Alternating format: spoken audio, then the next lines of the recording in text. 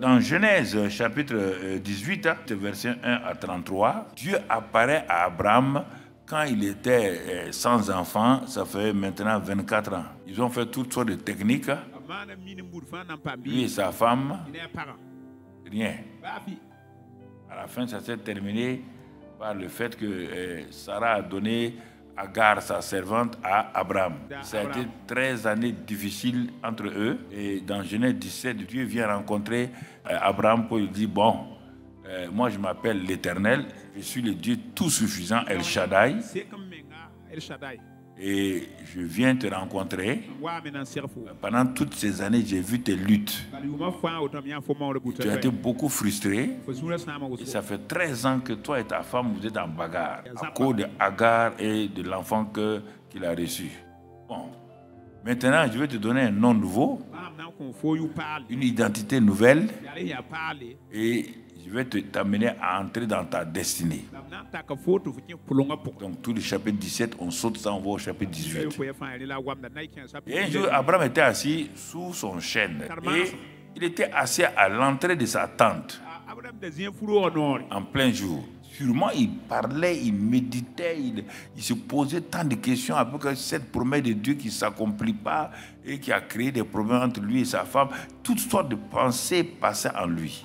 Mais c'est que c'était un homme vraiment branché sur les choses spirituelles. Vous pouvez avoir des soucis, des problèmes, mais ça ne vous disqualifie pas du fait que vous êtes un enfant de Dieu, une enfant de Dieu, et que vous êtes branché sur la réalité, la révélation de la présence de Dieu. Ça fait 24 ans que Abraham et Dieu marchent ensemble. Maintenant, il a appris à le connaître. Assis sous son arbre, il voit 3 personnes venir, 3 hommes. Vous savez que là-bas, en ce moment-là, Abraham est rentré dans une dimension spécifique. Il regarde les 3 hommes arriver.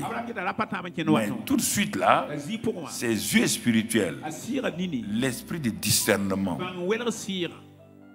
ça c'est important. Quand il a regardé, il s'est levé et celui du milieu là, il s'est prosterné à terre. Abraham sait qu'il n'y a que devant Dieu qu'on doit se prosterner. Et qu'est-ce qu'il fait? Il connaît tellement Dieu dans sa simplicité qu'il ose inviter Dieu. Il dit, Seigneur, si j'ai trouvé grâce à tes yeux, ne passe point, je te prie loin de ton serviteur. Abraham a saisi cette opportunité de la visite de Dieu là. Il sait maintenant que ce qu'il attendait là, le temps est là. Il sait, il ne va pas lâcher. Il dit, puisque tu es venu en tant qu'homme, tu t'es abaissé. Il va venir plus tard. Pour Abraham, Dieu s'est abaissé, il est devenu chair.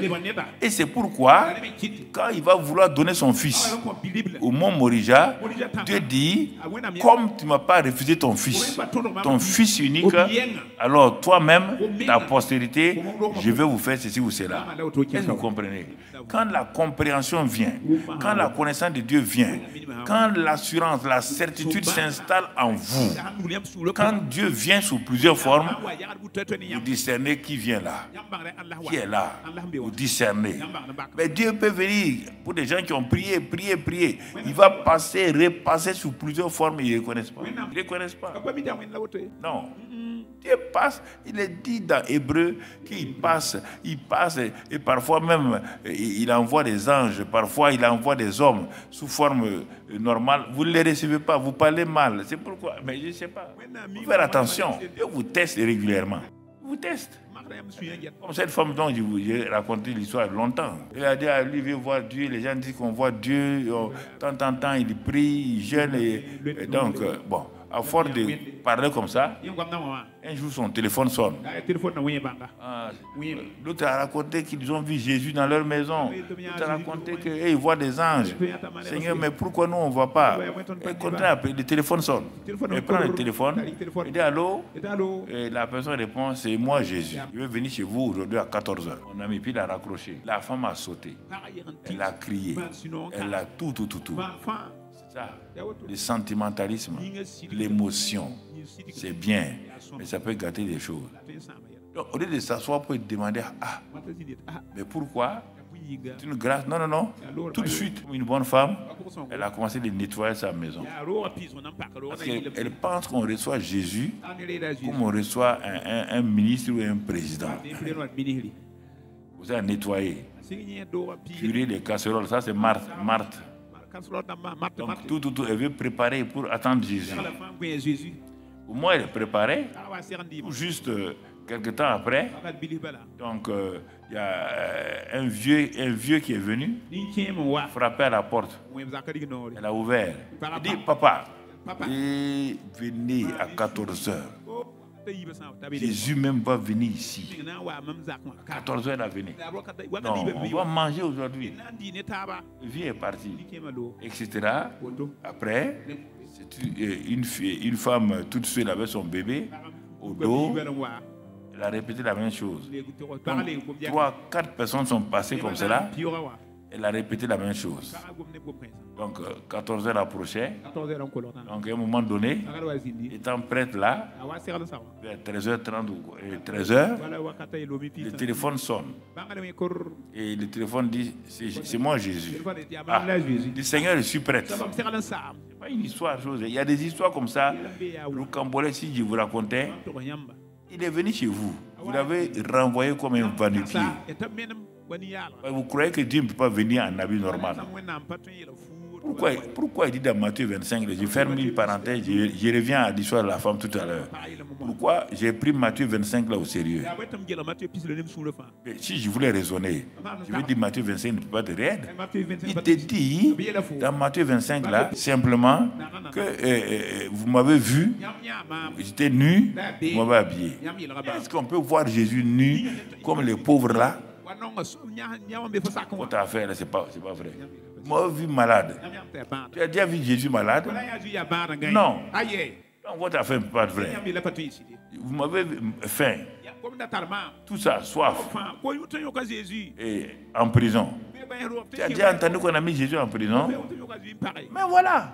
Il te dit qu'il vous a apparu, il s'est présenté à vous comme un prisonnier, comme un malade, comme un pauvre, mais vous avez négligé.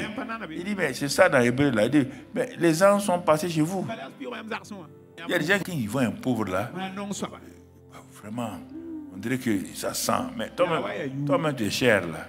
Qu'est-ce qui te fait? Tu penses que tu es quelqu'un qui...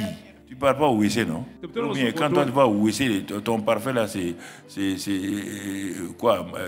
Marc Richie ou quoi? Si comme ça, regarde comme tu es bon. Quand tu vois un pauvre là, hey, Garibou, viens ici. 25 francs. Laisse tomber. C'est ça.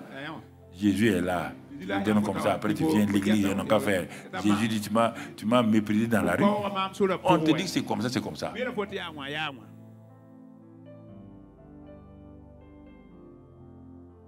Donc, Jésus répond.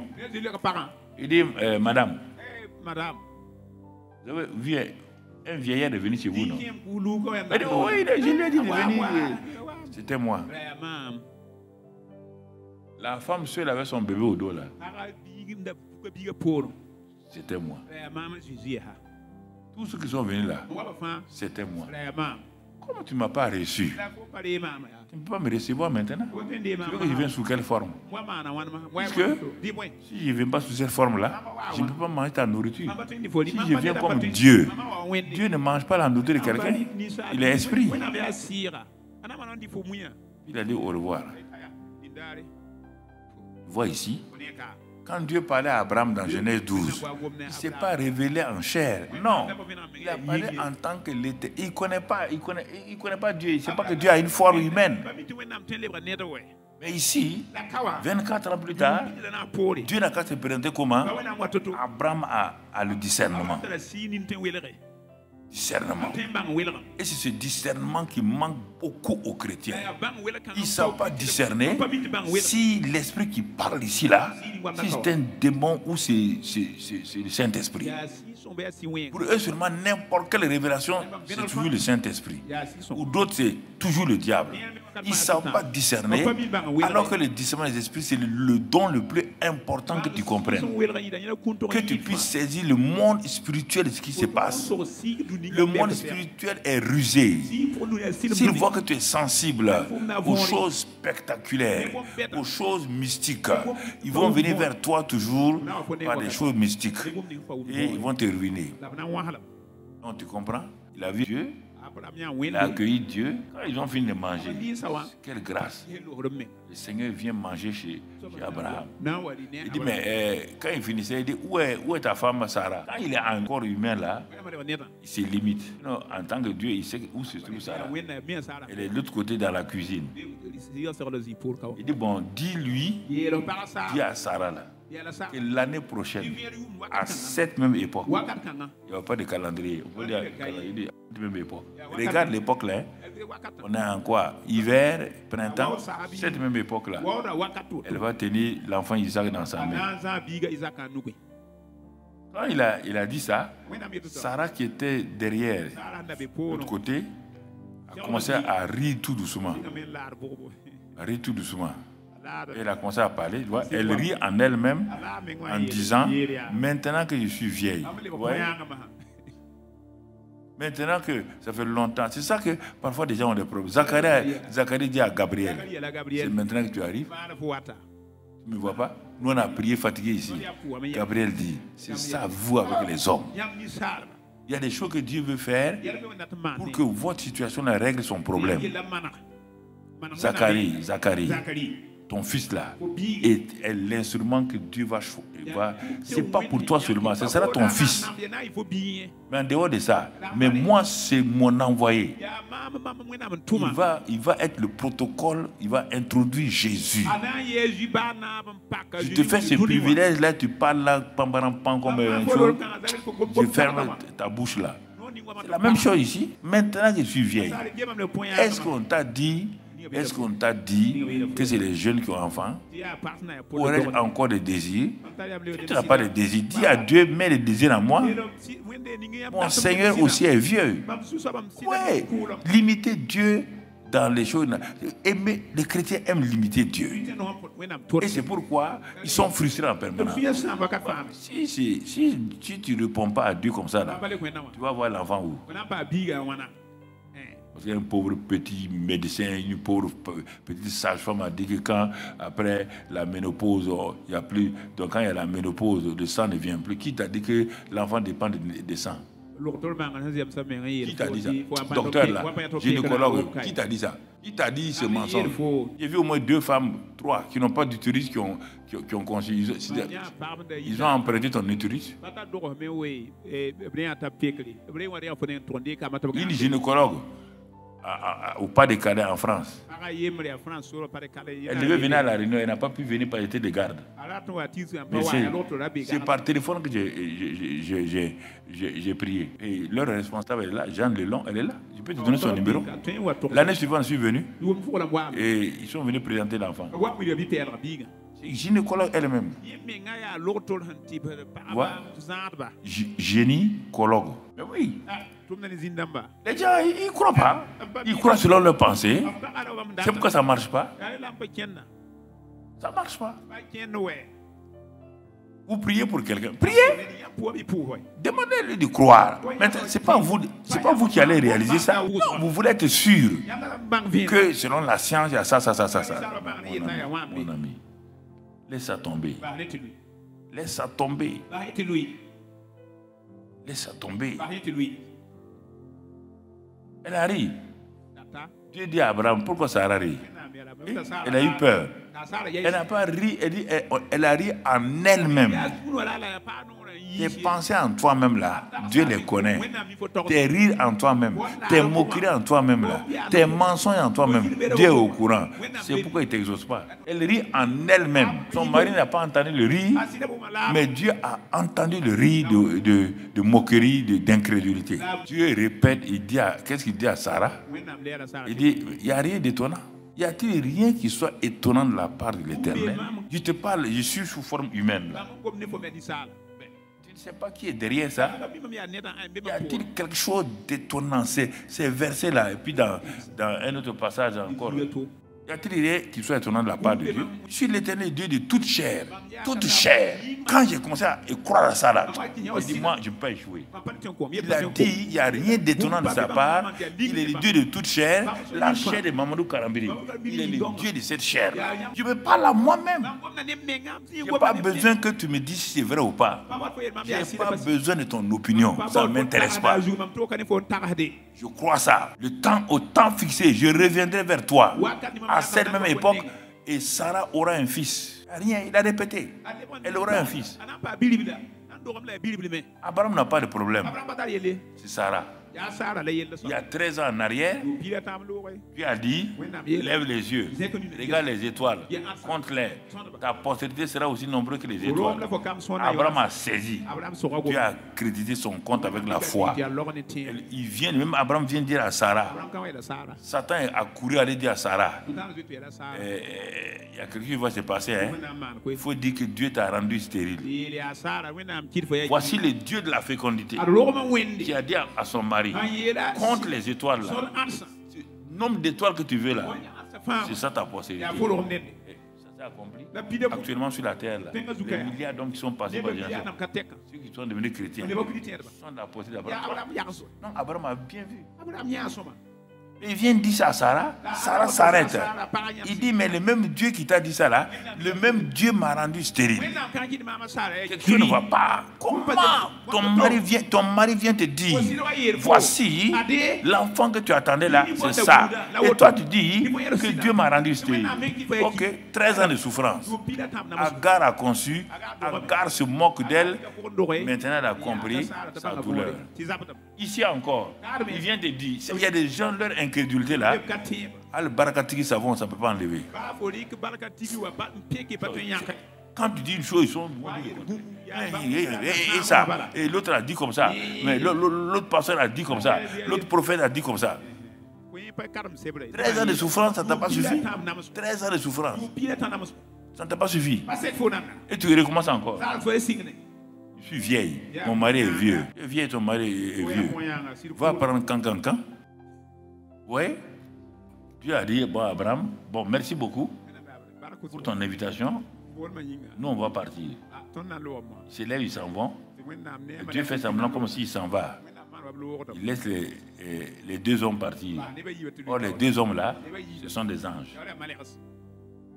Il les envoie vers Sodome. Après Dieu dit, bon, comme Abraham, je veux qu'Abraham rende à mon amitié. C'est ça.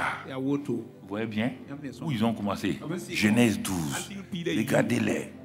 Genèse 13.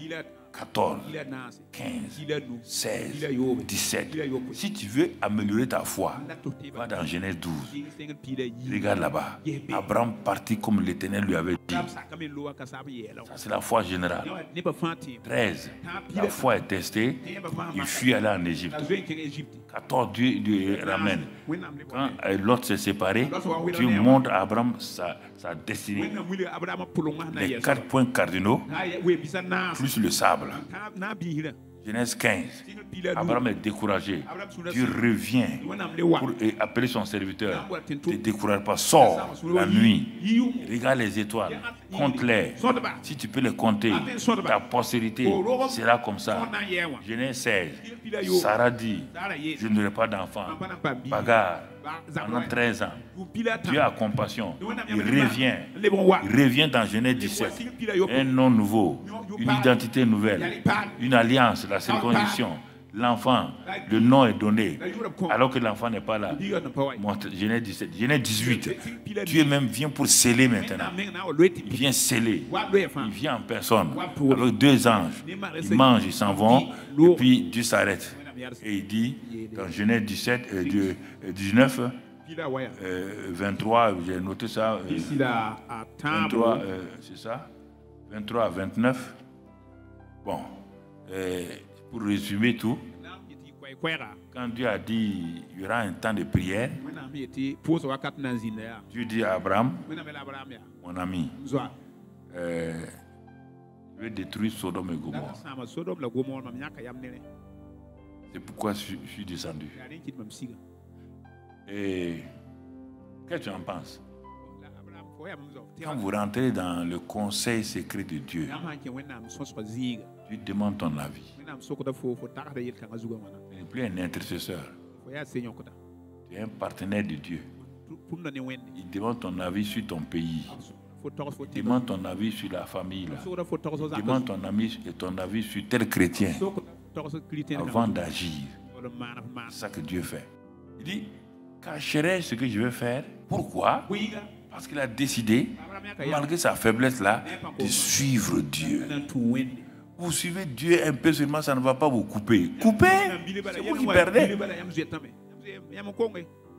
Vous êtes pressé. Prenez votre voie.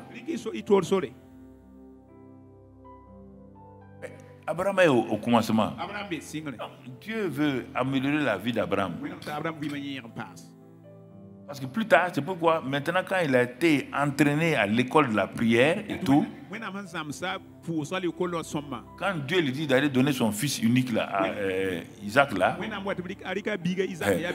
il a dit qu'il va devenir adorateur. Il dit non, je quitte même le groupe des intercesseurs là, je vais devenir un adorateur en esprit et en vérité. Vous comprenez pourquoi Abraham a fait ça?